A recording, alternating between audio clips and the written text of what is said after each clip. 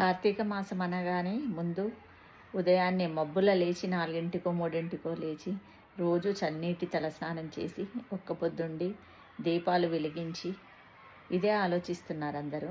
అందులో భక్తి ఎంతగా ఉంది. తలస్నానాలు చేయడం వల్ల, ఉపవాసాలు ఉండడం వలన, రోజు దీపాలు పెట్టడం వలన మబ్బుల చివరికి ఆ నెల అయిపోయేసరికి జలుబులు జ్వరాలు వస్తున్నాయి. కానీ మనకు ముక్తి ఎంత వచ్చిందో ఎవరు గుర్తించట్లేరు. మనము దేవుణ్ణి ఆరాధించడం అనేది ముఖ్యం.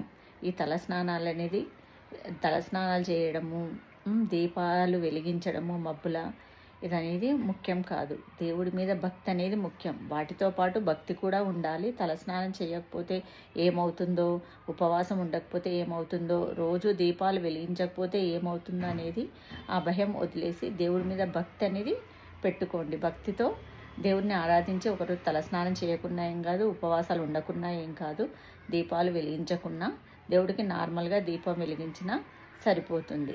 కానీ దేవుడి మీద భక్తి అనేది దేవుడిని నిత్యం ఆరాధించడము, ఓం నమ శివాయని ఆరాధించడము, మనం ఏ విధంగా అయితే ఏ పాటలు వస్తే ఏ విధంగా ఆరాధించినా మొత్తం మీద దేవుడి ధ్యానంలో మునిగి ఉండడం అనేది ముఖ్యము. ఈ దీపాలు, మబ్బుల తలస్నానాలు, ఉపవాసాలు, గుళ్ళు తిరగడాలు వీటి వల్ల ఏ ముక్తి ఏ భక్తి కూడా మనకు కలగదు.